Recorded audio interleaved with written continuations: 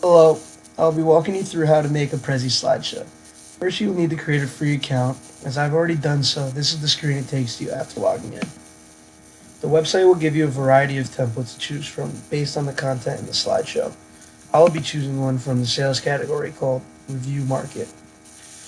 You can explore the template before choosing by clicking the arrows below. Once you have found a template you wish to use, click Use this template. At this point, you can title the slideshow and choose who is able to see it.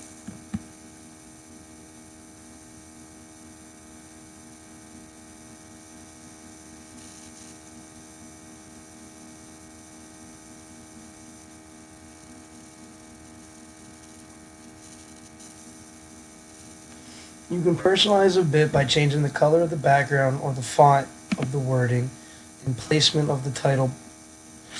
The template is very broad in comparison to others.